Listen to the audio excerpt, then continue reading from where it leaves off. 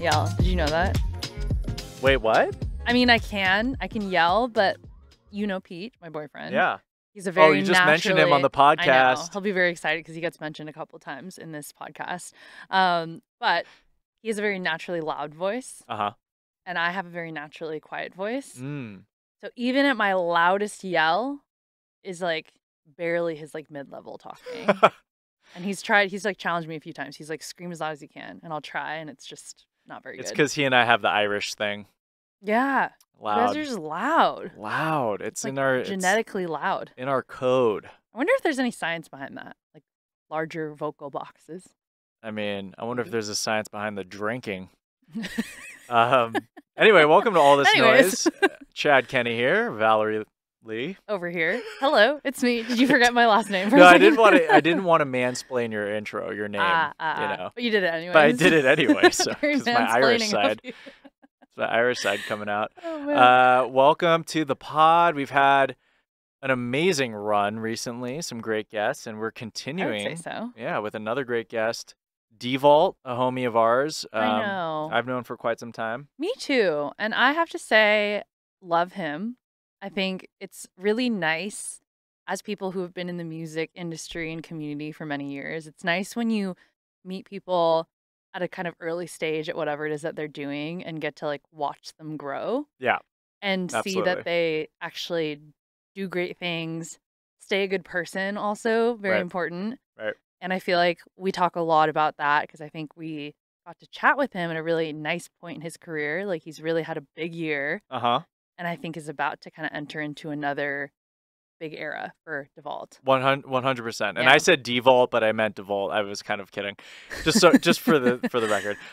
But yeah, no, it seems like he's in a really good place. Like a lot of artists that we've talked to who came up at a certain time, whether it be SoundCloud or around that time, SoundCloud era, who have now come into their own artistically and feel like that they are now masters of their domain to some degree, I think, with what they're making and kind of the way that their project is being perceived, and hopefully the way they want. And I would say a great conversation with someone who I feel like is a master of his craft in so many ways, but at the same time still at the beginning of whatever it is that he's about to do. And we talk a lot about that in this episode. Like he's been doing this for many years now, so it's definitely by no means like a new thing for him, but at the same time, it feels like he's entering into an era where he's like really breaking through and like making a new audience for himself. Definitely. Which I think is exciting. Yeah, I mean, earlier this year he did a back-to-back with Zhu at 1720 here in LA. It was a sweaty warehouse party, and it got a lot of people buzzing. Yeah. It was a huge moment for him, and I think he's used that momentum to, you know, kind of bring more attention to his project, his music. New releases, and, yeah, this live set that he's going to be touring soon and working with artists like Snake and RL Grime. He put out 2 songs with Zhu recently. It's a lot of good stuff in the Devault lane. Yeah. So I hope you enjoy this episode. Absolutely. We'll see you soon.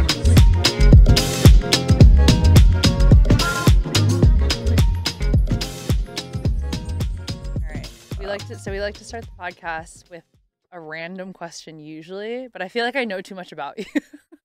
All right. I actually asked Pete, I was like, what should I ask Sage for my first question? And I feel like I want to ask about one of your first entrances into the music space, which was Holy Ship. Yeah. Can you tell me about this adventure you had?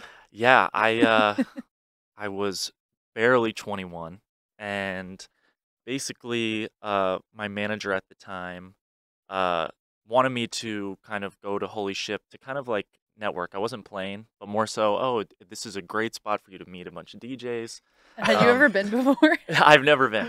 So I didn't know what to... That's a really interesting one to be like, go network here. Yeah, I didn't know what to kind of expect, but it was out of control. I was fortunate enough to play it like a few years after that, but I knew, you know, Pete was kind of like my first like Los Angeles kind of buddy. Yeah. Don. Yeah. Don's Land. Yes. Good first person to know. Yeah. And he was, you know, he was so like gracious and like introduced me to a bunch of people. But it was wild. I mean, I remember that the lineup too. It was a bunch of, you know, like French acts that I loved. Like Busy P and Boston Bun and all these guys were, it's all kind of like the Ed Banger crew. So that was like kind of just really cool to just like kind of. This was the Gary Richards days. Yeah, yeah, because he had all like these like great relationships with those French guys. He was just able to get them on. Yeah, but to see those guys on the ship would be a different experience. As a 21-year-old, as a fresh faced 21-year-old. And I was, to be honest, it's pretty intense. It's like 4 days. What's cool though is I like, how like maybe some artists or some people want to be kind of like secluded. Yeah. It's like it forces you to be one with everybody and to be like with the audience. So that's the aspect that I really like. So it's kind of like the connection element of all that is really cool. So it was a good networking experience. Yeah, but it was nuts. That was definitely like the craziest, like I would say 4-day party I've like ever been to. That's for sure. Well, Val, it's a lot like Burning Man. Because well, I'm just saying because it's like one of those experiences where the people, especially in the heyday of Holy Ship, when they went, they're like, dude, you got to go on the ship.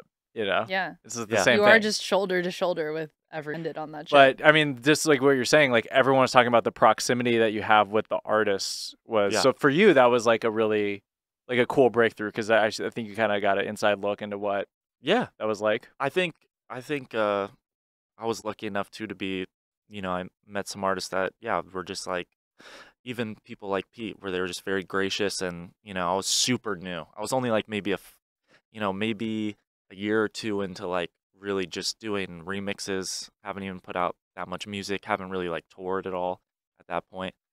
So yeah, it was cool to be kind of like welcomed in by people, and then I got to play it a few years later, and it was awesome. Yeah, so tell us a little bit about your start. Like what we always kind of ask artists what their entry point, their inflection point, who their influences are, but for you, kind of like where did your musical inspiration start and your what's crazy is it kind of came from my parents initially. I mean, they just love music. They introduced me to a lot of 80s music, and my dad, when he would drive, he always had like The Prodigy and Crystal Method. Oh wow. He was cool. Cool dad. And a bunch of and he'd be like driving real fast and playing those records. And as like a 9-10-year-old, I loved it. I thought it was so cool. But really like the entry point, my older brother brought home like $100 like DJ controller setup just out of the blue one day. I think it was actually kind of around when like DJ Hero came out too. Oh yeah. And we were obsessed with that. Yeah. So he like brought a controller and I immediately fell in love. I love the idea of putting two songs together. I love the idea of taking an acapella, putting it on an instrumental. And kind of through my parents' influences and through my older brother, that's kind of how I like really fell in love with electronic music initially, was just kind of putting tracks together. I would take like, Dead Mouse or Cascade, and I would put like Kanye vocals, or I would put like a bunch of like hip hop acapellas over like, electronic stuff. And kind of through the years, that was when I was like 12 or 13, and I just loved. It kind of like started as a side hobby, really just like I said, just mixing records together, and I loved it. That's awesome. Ship zone. And then I actually like that was how I really first started when when SoundCloud was in its like era, like its big era. That's what I used to love to do. I'd just upload, like I'd put like Drake over like a Flume song and stuff like that. But yeah, it honestly started from my brother randomly bringing a controller home, and I immediately kind of fell in love. And to fast forward to now, it's kind of cool to look back when you start as like just like a music lover, and you get so like infatuated by like electronic music, and then you actually become your own musician and telling your own story. It's really cool. It's really cool to like look back and be like, wow, started from like just more of a fascination, just like super stoked, totally, to now it's like, oh, I now use it as more of a tool to really like present my world and how I want people to like view like my nuances or my approach to stuff. So it's really it's really awesome. Yeah. So what did your parents think when you first started making music, and then also when you decided to do it professionally? Well, first of all, where did you grow up? I grew up in Orange County, Okay. in a city called Rancho Santa Margarita. Nice. And Fun and combination of words. yeah, it is. Yeah, it's a super long city to always write down like during school for like info and stuff. Oh my God. Yeah. But yeah, grew up in Orange County, but my whole family's kind of from Northern California. I was born in Northern California. Cool. But yeah. So your parents, like, when you first got into music, like, I mean, they love music. Were they supportive? And yeah, I'm getting the impression that they were really cool. Yeah, they definitely appreciate it as a hobby. They really weren't down as it being like a career choice. Because I went to Arizona State for a year doing my major was broadcast journalism because I really wanted to be like a sports analyst. That was kind of that's that was dope. back in my like before music You and days. Chad have that in common. Go Sun Devils. Yes. But I was they kind of liked it as like a hobby. They really didn't get down at first with me because after a year of college, I got actually very inspired by like certain videos from Icon. Funny enough, from like Slander and like Nightmare, seeing videos of them like how they started and they just kind of were self-taught. They went to this Icon school and all this, and then now they're touring. And I remember it was like a story where Slander like was playing a certain festival, but somebody couldn't make it, so they got put on like the main. That was like their big break, was that they got put on like the main slot, and they like absolutely crushed it. And I remember seeing that video and being like so stoked that I was so oblivious to long-term decisions. But I told my parents, I was like, I'm so inspired. I feel like I have a cool knack for this music thing. Because I was putting stuff out on SoundCloud that was getting cool traction for like just little edits and mashups. I was so like, I was getting like a few thousand views, and I was like, oh, this is it. I'm not going. But they were not receptive to it because they wanted me to like stay in school. But I think once we kind of had like an interesting relationship for a little bit, but now they're my number one supporters, and I think they're more so against it to really push me to really see in me that this was like my plan A and that's it. And I think they really needed to see that this was kind of like my passion. And now they want to come to every show they can. That's so great. Yeah. So I love that. And I mean, I like going back to what you were saying about the point in which you kind of, that inflection point, and your brother bringing home the controller. Because like I've been in the scene for since like Daft Punk kind of came, and I think that was like the entry point. I always mention them. She's just like laughing. She's like, "You're gonna bring them up again?" We know, Chad. But like I'm seeing like different points. I've been around for like the different points where a lot of our guests jumped in if they're younger than me, And I remember the point when DJ Hero and like Guitar Center was selling these cheap controllers. There's a lot of people like me and other people who had to spend all this money to get into DJing and production that were like, oh, great, it's going to create all these bedroom DJs and producers. But meanwhile, Sage cooking up SoundCloud mashups in his bedroom. Oh, you're going to put an acapella over that? Oh, great. But you know what it actually ended up doing, I think now when we look back at it, is it did create so many other opportunities for people that otherwise would not have been exposed or had the access. So, I think everyone kind of benefited from that in general. But it is interesting to see that you were a product of that access that kind of opened up for a lot of people. Because I remember when we'd be at a nightclub, there was etiquette, there were rules to DJing. Like most people were on vinyl. A lot of times if you were on Serato on a computer, you had to put your laptop screen down so you weren't looking at it. And then I remember just a year later, people were just on controllers and they're just like, yo, we're fucked. Like it's over. But I think now in retrospect, it's been great for everyone, and it's cool to hear that was like it opened it up for you and probably millions of young people. I mean, now that I'm thinking too, there was kind of a few moments. Obviously, I love Daft Punk. I still listen to the Alive 2007 like at least once a month. It's the my perfect favorite road trip. Yeah. Soundtrack. And this guy, I've seen him DJ some like heady Daft Punk cuts. Like I know you were DJing one of the. No, he DJ'd like a remix from the Tron album one time, and I was like, all right. Oh yeah. I see you, Devault. There's this like it's like a Para One remix that's very, very good. I remember.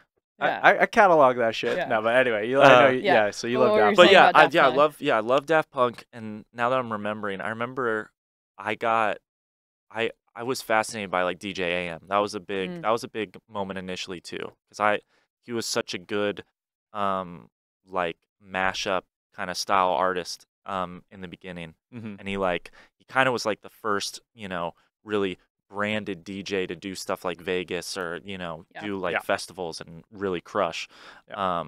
So that him and like Daft Punk definitely were like kind of the spark that really, at least creatively, kind of got me going. Besides just learning how to DJ, that kind of the way they kind of story told through music, kind of inspired me initially to just okay, how can I like start finding somewhat of my voice in things, because I didn't even start making music until producing really until I was 18.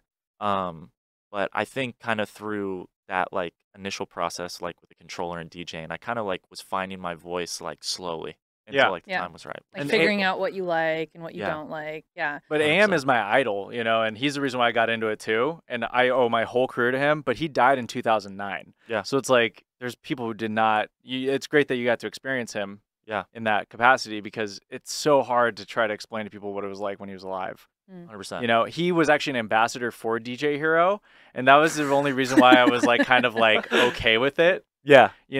But it did rub a lot of people the wrong way. Like, oh, here we go. Like, it's gonna be in toy stores now. Like DJing's gonna be in toy stores, and yeah. But now looking back at it, it wasn't that positive, I think. So it's cool that it opened it up for you. Yeah. And you were saying, so walking through, like, you drop out of college because you're like, I love music, but you're still kind of in the mashup era.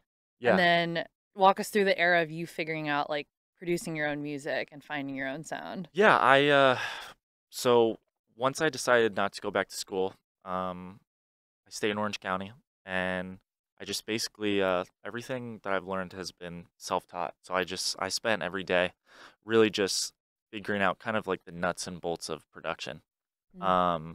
And I was just kind of finding, I think it's always good to be kind of self-taught and finding it your own way, because you kind of find your own like nuances and like little things that maybe people don't have, like this people don't have like the same approach as you, so you kind of come at things from a different angle. I think that's really cool. Yeah. But yeah, I spent every day, every minute, just trying to at least get to a good point where I could.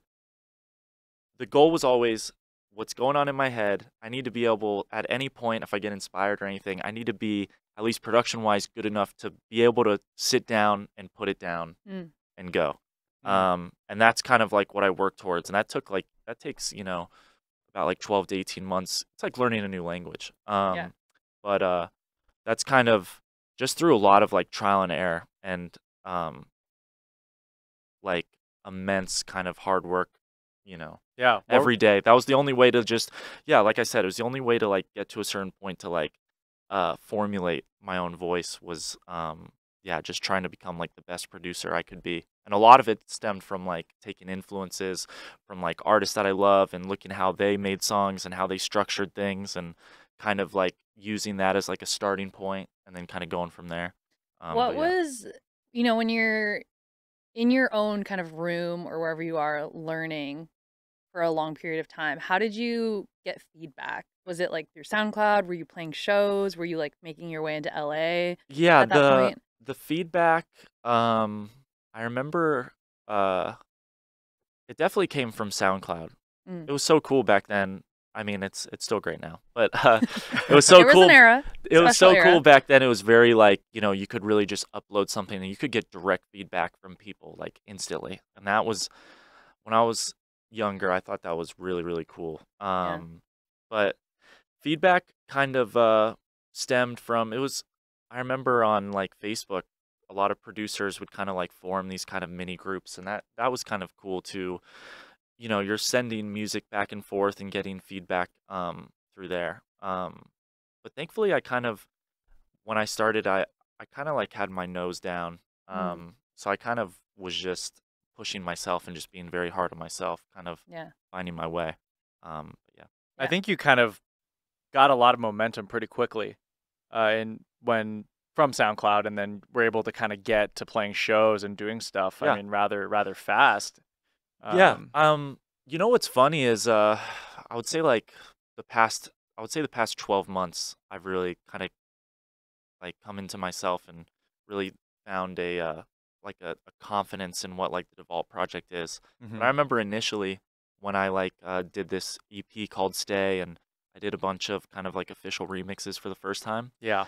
I I still love that music, but I had it's funny, the past 12 months I've kind of been solving this within myself, but I've I had like a discrepancy with making music, but then it won't really translate in a club environment. You know, at the Mm. end of the day, at the end of the day, I'm a dance artist, and I think I loved kind of being in like a, first like an indie electronic approach. But yeah, I kind of struggled initially. You know, a lot of my music, in the beginning is like, for a drive or like, you know, in the bedroom, like chilling. Yeah. Um, so the past like 12 months, I've kind of really, at least for the Devault project, have like, um, focused myself on making it has to be dance oriented no matter what. And it's kind of actually gone back to like my early influences and like my dad showing me like stuff like Prodigy and Chemical Brothers, and now it's funny that my sound is kind of, um all its like twists and turns kind of comes from that. But that's been like a really interesting experience starting out doing making music, but it's not really translating live, and then now, the music can directly fit in any kind of set that Well, I want yeah. to I do. mean, I remember a lot of that because you and I were kind of always, we were there together. 2018 Coachella. Yeah. We played right at Heineken House. Right, he Oh was yeah, right yeah. before us, and I saw you at main stage at Ezud that same year, and Yeah. yeah, I mean, like, I understand what you're saying because, you were pretty prolific for a young artist. Like, you had a lot of material out, and especially the official remixes stuff. Like, it was really impressive. Like, the music was really, really good. But I can understand that what you're talking about, that sort of discrepancy between, like, what you feel represents, like, the music that you want to be out, or yeah, especially play Yeah. in sets, and then, like, a major label remix that's going to get a ton of streams and is going to open a bunch of doors for you in terms of people knowing who you are. Yeah. But what do you want to be known for? And that's what a lot of artists talk about too. 100%. I think like um I mean, I love everything that I put out, but I'm really kind of proud of at least the last year of music for me, cuz it just feels the most me. And I think every artist, I mean, you look at like somebody like Radiohead or, Lana Del Rey, or, these artists are constantly evolving too. And they're Yeah. going through different chapters of their life. And that's kind of how I've realized with, you know, I feel like I'm just getting started, but I've been, releasing music for like 5, 6 years, and kind of keep finding my way. It's a surreal experience for sure. And there's a lot of artists that have older material that like everyone loves and they don't Mm. want to revisit it. And you're like, what? This is my favorite stuff. But to them, it's so personal in a way where it's like, that is not me anymore. Yeah. Like I was Yeah. a young kid. I do get at some shows, people get a little bit upset because they want to hear like some tracks like Nothing But You or like Leave Me Low, but all of my stuff has been more like dark and energetic lately, so I got to try and find some happy medium. But there's some people get a little bit upset because they're like, oh, I really want you to play those records, but it's not really like, my skin anymore. So Yeah. Yeah. Well, tell us But yeah. also, I mean, you're mentioning that the past 12 months has felt different for you. And I feel Yeah. like there's been a lot of stuff, like even you kind of creating your own experience in shows, and obviously the music has kind of translated that as well. So talk a little bit about, I guess, when you first started noticing that. Yeah, I think uh the main thing for me was I always wanted to have a really cool like live presence, but Mm. finding it in a way without being like a live artist. I really wanted to create like a great DJ experience. And I know you pride yourself like pride you pride yourself on doing amazing kind of DJ like shows.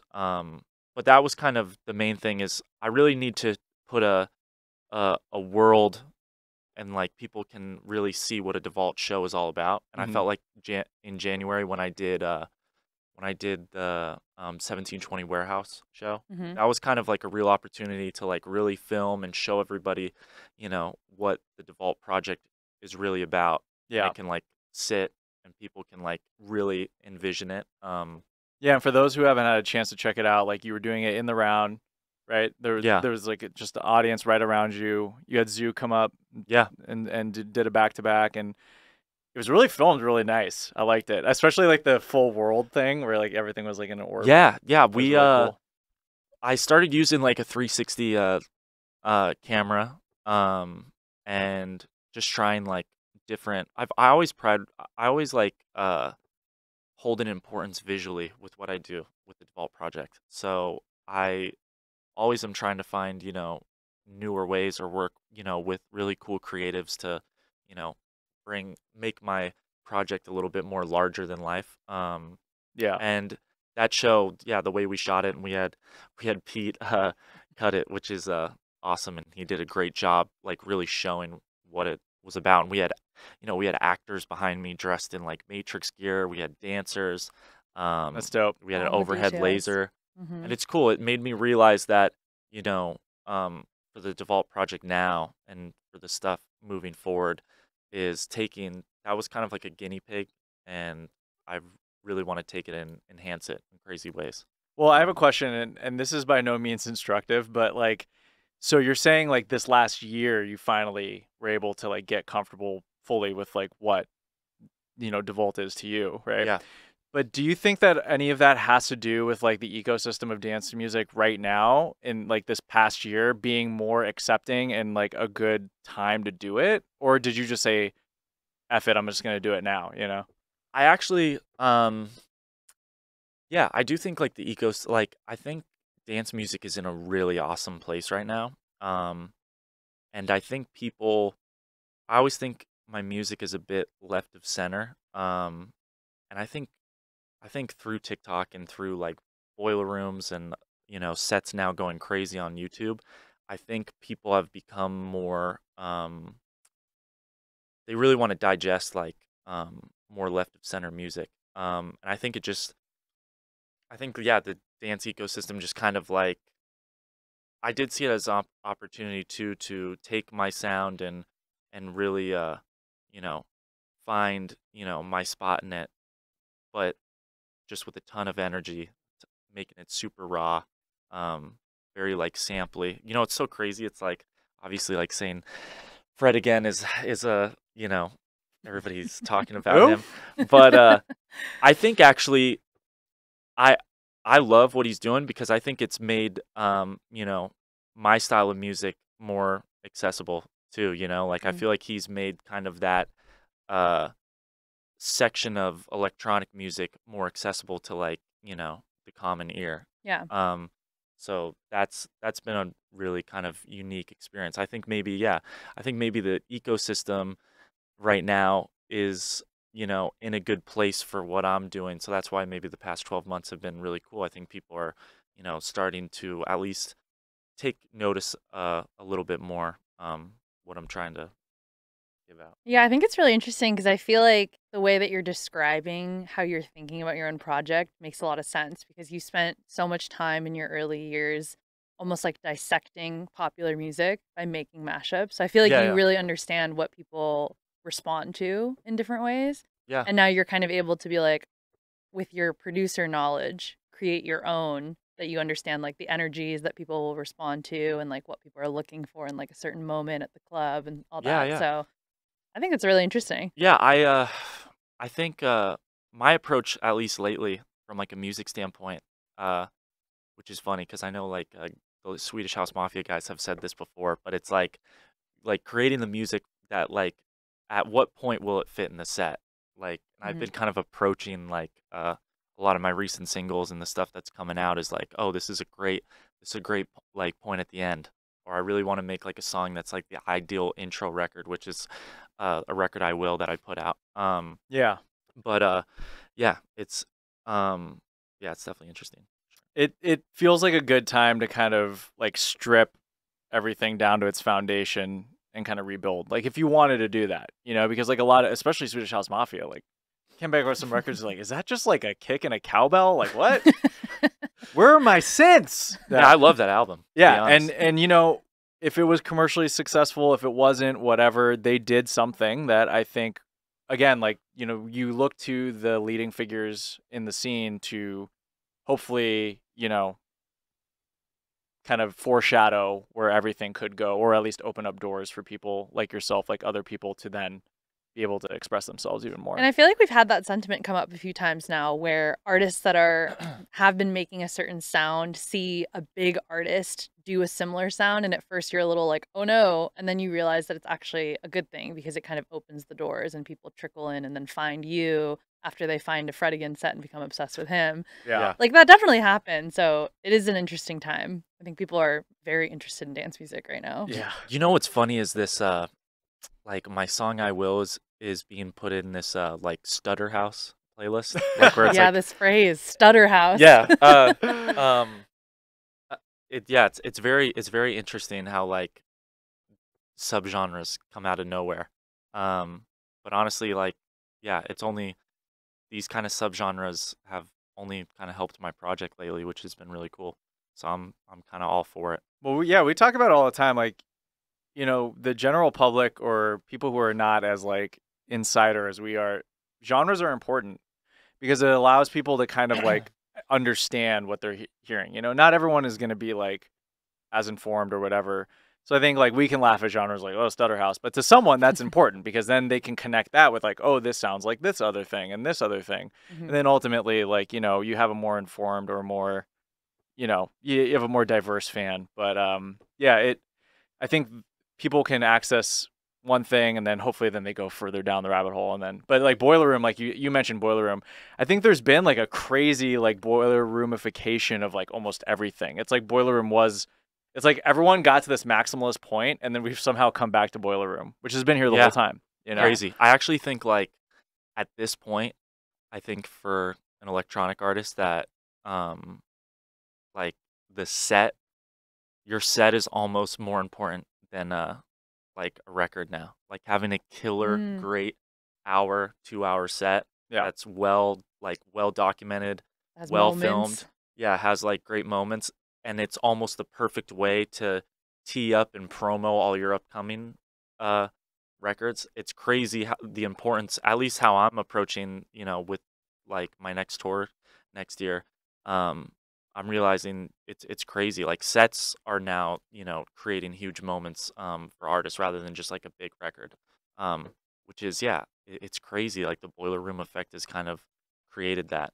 It's kind of nice though, I feel like, as an artist, because that gives you more control. Because I feel like that's the complaint, right, with like the record thing, with like then you got to make a TikTok trend that hopefully people will pick up on. But in your case, you can actually control the whole set and think about the tracks you want to release that begin and end and sort of thing. I feel like that gives more power back to the artist. Yeah, I think you know what's crazy. It electronic music is so funny, but it just comes back to like really the base of it all, where, you know, at the end of the day, a lot of electronic music started and records came out because, you know, DJs are testing it out months and months on end on tour and testing the reaction.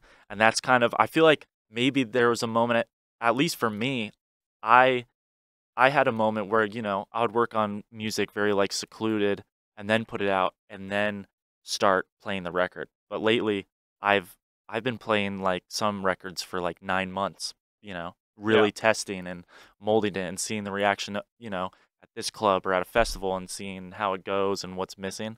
And that's been it's kind of, I feel like electronic music is coming back to that because more and more of the sets that I'm seeing, it's so much just promo of new records, which is like really cool. Yeah, I mean, there's been some cases recently where, you know, it's a very old school way of blowing up, but it's like when there's that one song that like everyone's playing at EDC that weekend, they're like, oh, blah, blah, blah. And then Ray Volpe just gets big, you know? And I'm happy for guys like him who are now like, they get their due.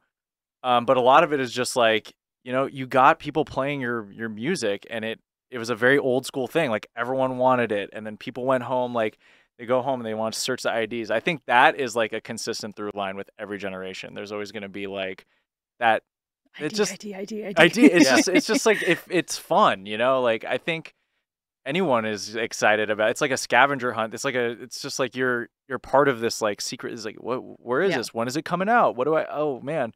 And I think if artists can use that to their advantage, they'll do extremely well in kind of growing their career. But I do think it's hard when you put a lot of pressure on an artist to be like, all right, we're going to make this album, and then you got to tour this album, and then you got to expect people to show up, and they've got to understand the songs and Yeah. understand what you're doing. Like, I agree with what you're saying. It's almost more important to just market like what the set is going to be in your universe. And then if they want to listen to music too, like, you know, great. Here's some material for you, or like I got stuff coming later. I mean, I feel like you had a great example, like a several month run of that, right? Because you were talking about your warehouse show, 1720, and then this track with Zoo, or a Yeah. couple tracks with Zoo, Yeah. just came out recently, and that was Yeah. one of the big talking moments I remember from that set, right? Yeah. He super great dude, and we really we really got along immediately. We had like similar music tastes, and it just kind of led to us making these records. And people like him, and like I just helped out with like an RL Grime song. Being around those guys has definitely like um like confidence is not the right word, but like it's really like reinvigorated like me with my project to like really think bigger. And when you're around these guys that have had good success, especially with their worlds, they're very like it's very like culty, And very purposeful. very purposeful, very like cool and close to them. And that's kind of being around them, and their energy and how they approach music has definitely like inspired how I want to approach my stuff. Because sometimes when I was doing Devault stuff in the beginning, I was always like really um for some reason in my head I always wanted to like remain niche. I wanted to stay like so like niche with what I'm Mm. doing. But being around them is kind of like, I want to I want the Devault world to be like much bigger, and what can I do to, put the most energy and the most like soul into my songs that, is for like, bigger moments or huge moments rather than being like so like niche and Mm. like Yeah, I mean, even when I don't know Zoo at all, but he did do one of our shows, and it was super cool because I admire the guy, but I could just instantly tell he's just like a rock star. Like yeah. he just has the energy and just like his whole output and everything, and it's super cool. Like I mean, it's rare. It's rare in electronic music to see people who have that kind of like not only that kind of personality, but that texture to everything they do. But, like, what are 100%. some things that you kind of learned from working with someone like Zoo that kind of opened Um your uh perspective? yeah, I learned like a lot of things, like everything's very intentional. And everything gets like, I always, especially being around those guys, I always like think of the word like simplify. Like everything is more simplified, but putting all this power into certain, sounds or certain moments rather than overcomplicating things. It's rather like simplifying the music, which is really cool. And being around him, like um, he's been super great because in this past September we did a back to back at like a warehouse and had like a few like viral crazy TikToks from it. Um, but like him kind of like extending a hand for me, like I think gave an opportunity for more for like fans to really dive into kind of my like dark Devault world space, which was really cool. But yeah, being around people like him is it's just it's inspiring, really, because I pride myself on making like what Devault is like a very immense world, and everything is very intentional with me too. So when you're around those people that have had great success and are admired for it, it's really cool. It's really cool to be around. I'm curious also because I feel like something I know about your story is that you've been both lucky and I think talented in being in the same room as really great mentors.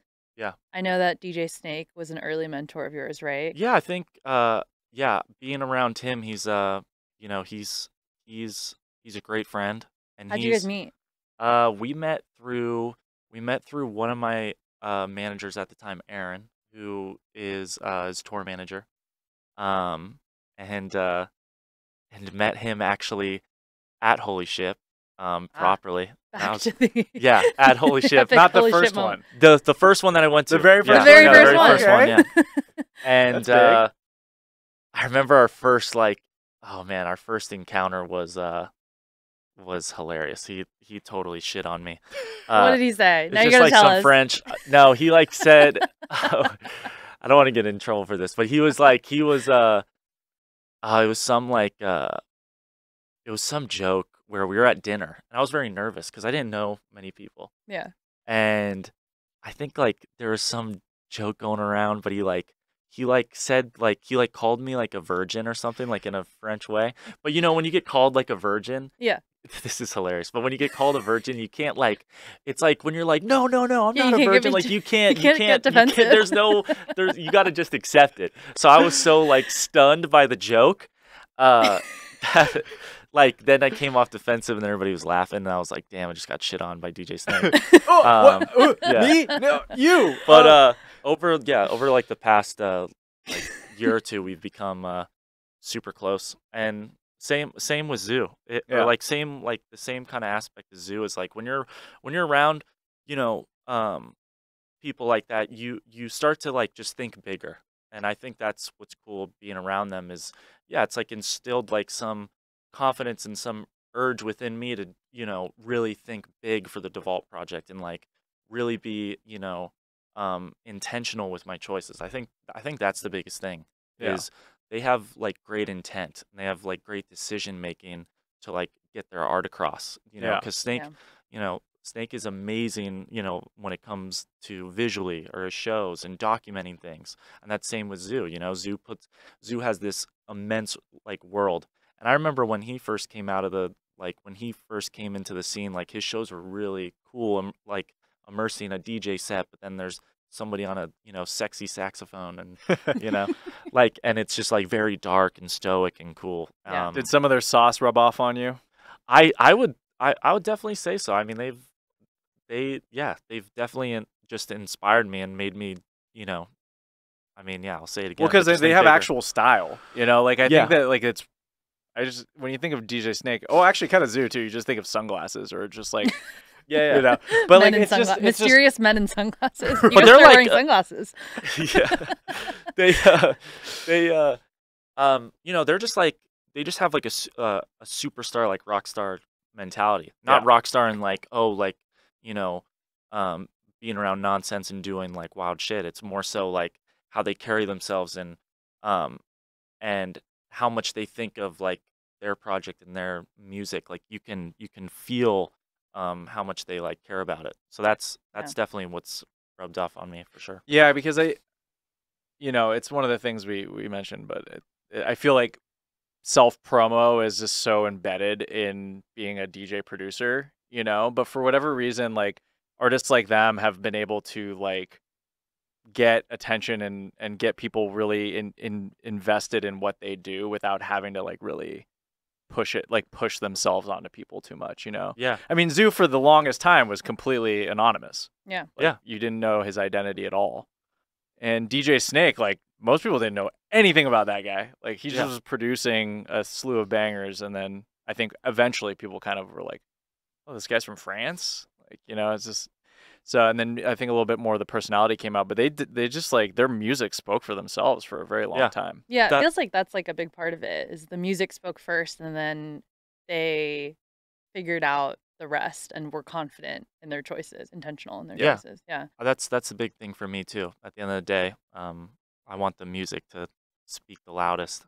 You know, I admire all these guys too because I like that level of kind of it's like treading on like some mystery. And I obviously love to get personal, but I kind of like the music to have like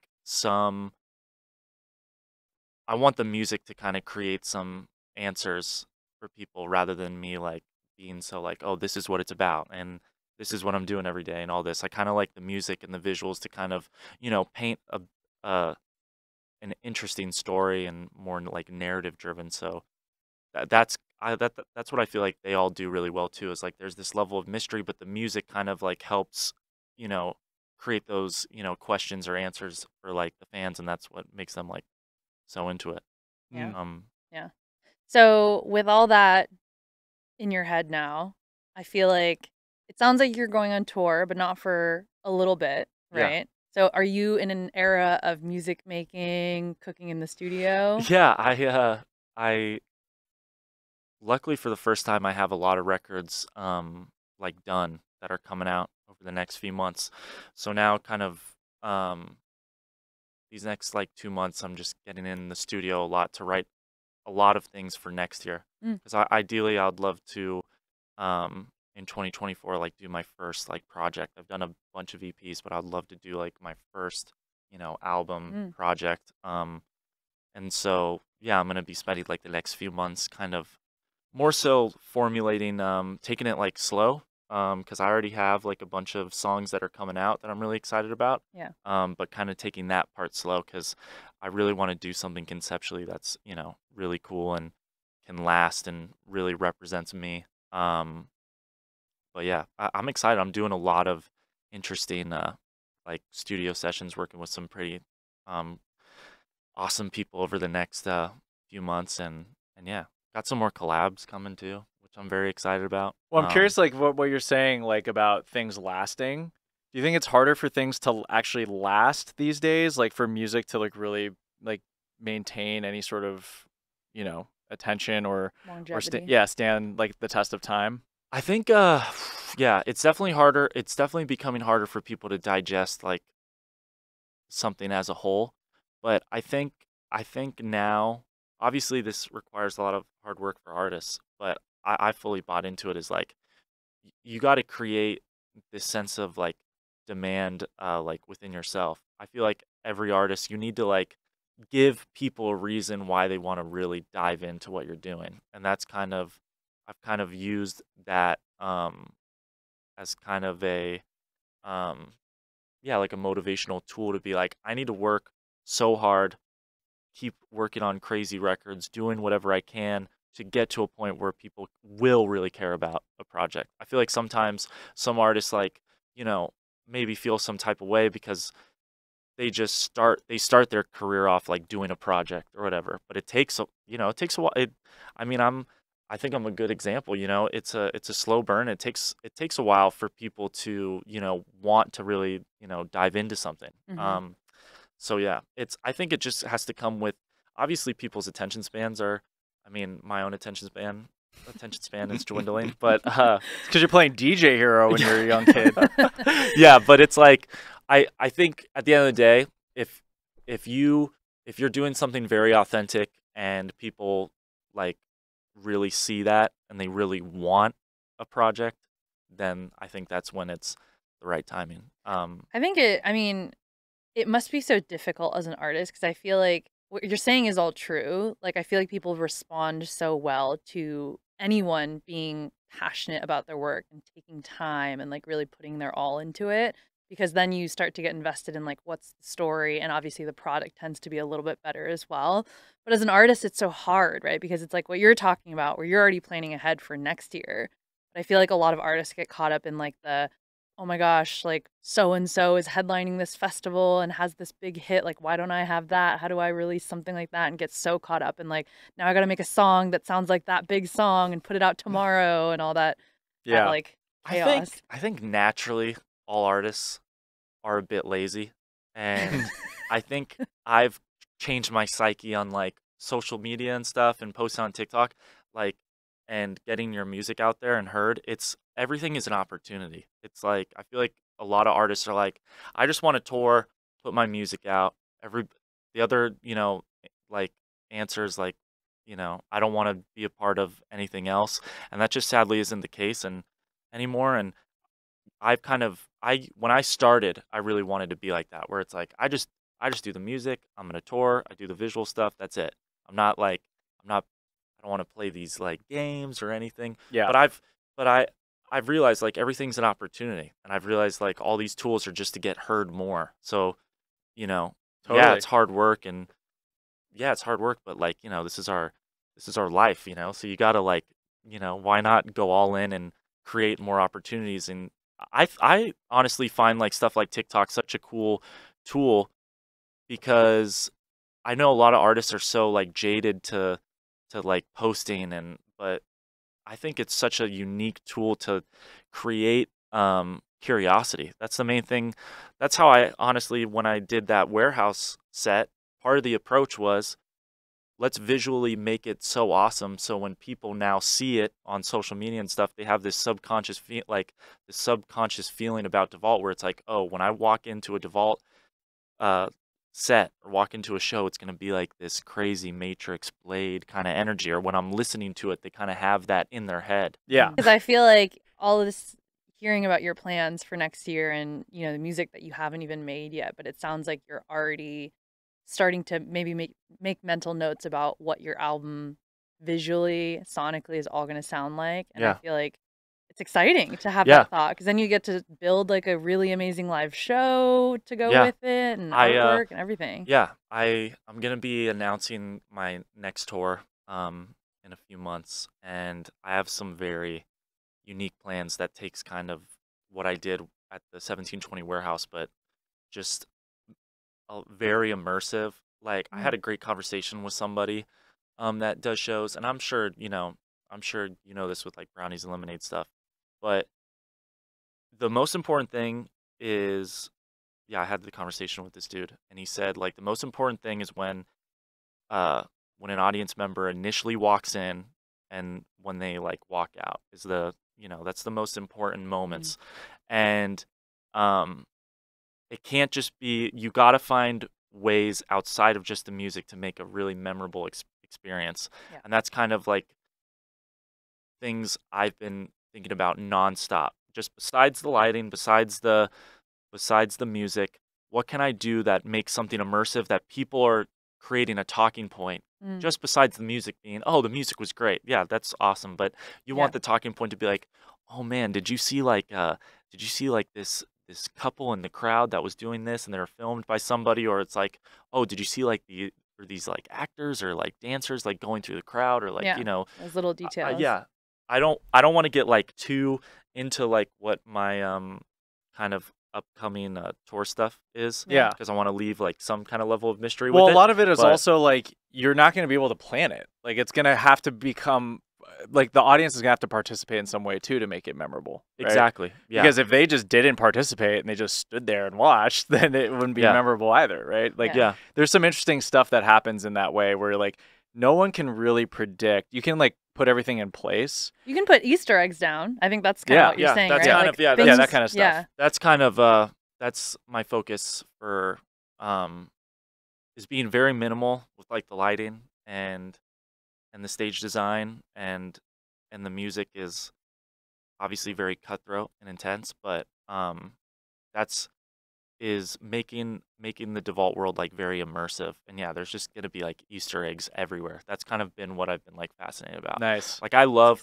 when you go to like certain bars, like there's a place like a good example is like No Vacancy in LA. Like when you walk in and it's like this burlesque girl that's like giving you the rules, and like, oh, no phones or whatever, and then she presses the lever and it opens up and you walk down the stairs. You're immediately buying into it, like at least a little experience for the night. You think like you're getting immersed into something. So that's kind of been been a focus point. Like besides you thinking you're coming to a Devault crazy warehouse show, it's creating like some, like you're buying into a world. That's kind of like been my my focus lately. That's it what furthers I'm really the point about. of what you were saying though about how like experience kind of is a little bit, if it's not more important, but it's almost as important as music in this day and age. Well, I was going to say, I mean, one thing I really appreciate about you is I feel like you're a producer's producer, in that, like, you know, you are in the room with these kind of people who make confidently a certain type of sound. DJ's DJ, you're really thinking about your sets in that way. And honestly, I feel like now you're also like the people's performer in a way. Like you're thinking about your crowd. And I feel like it takes a certain level of like appreciation for like those people that are attending your shows in order to put that thought and effort into all that. So, you know what's, it's a product of like a lot of trial and error. But when you're like, for example, I was on like the bus tour with Maddie on, and being like around like someone like him, you know, you realize how important, like the amount of detail that you put in.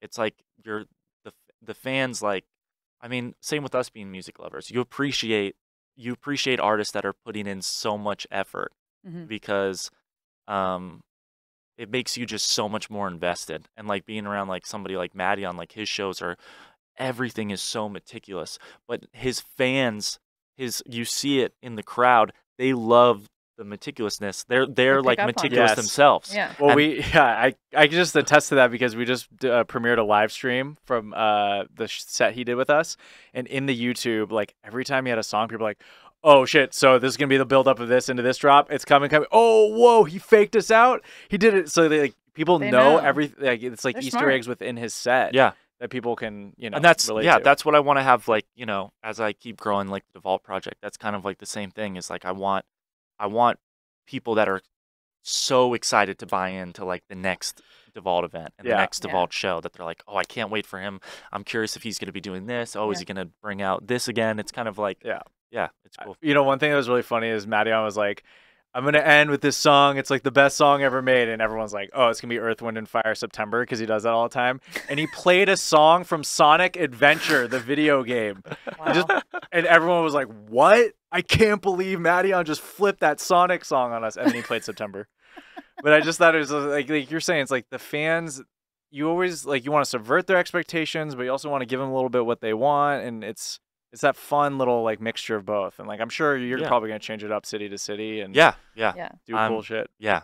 I'm really excited. And yeah, it's cool. I think at the end of the day, I always try and remind myself that I am a music lover. So I try and like think of it from an objective standpoint too. Like, oh, if I was a fan of myself, like, what would I really like want to, you know, what would I really like want and care about from an artist? So that's kind of like always my approach, is what can I do to make like a fan just be really stoked on everything that I'm doing. So. People's performer. I actually had another question before you go, just separate from music. So you said you were going to go to school for broadcast journalism and sports. Oh, here we go. So like, are you into sports? Yeah, big sports dude. I love football. I'm big. My whole family's diehard Niners fans. Okay. Wow. So Bay Area. Yeah, we've been through, oh my God, I think like 5 or 6 NFC championship losses and two Super Bowl losses. Like, my parents have lived through like a great Niners era. Sorry, this is a good sign moment. I'm glad we're talking about it. Well, no, it's because Beyonce, she shut the power off in that one Super Bowl, and then they took that break, and then the momentum was gone, and then Joe Flacco.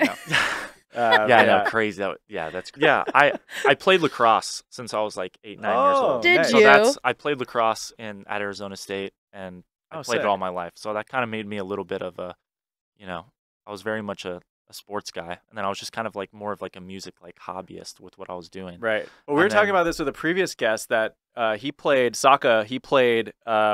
college lacrosse in Virginia. Oh, yeah. But the West Coast lacrosse culture is totally different, right? Well, yeah. Now, at least in my generation of it, the West Coast was still like kind of bubbling up, but there would only be like a handful of players that would be able to like play in colleges back east.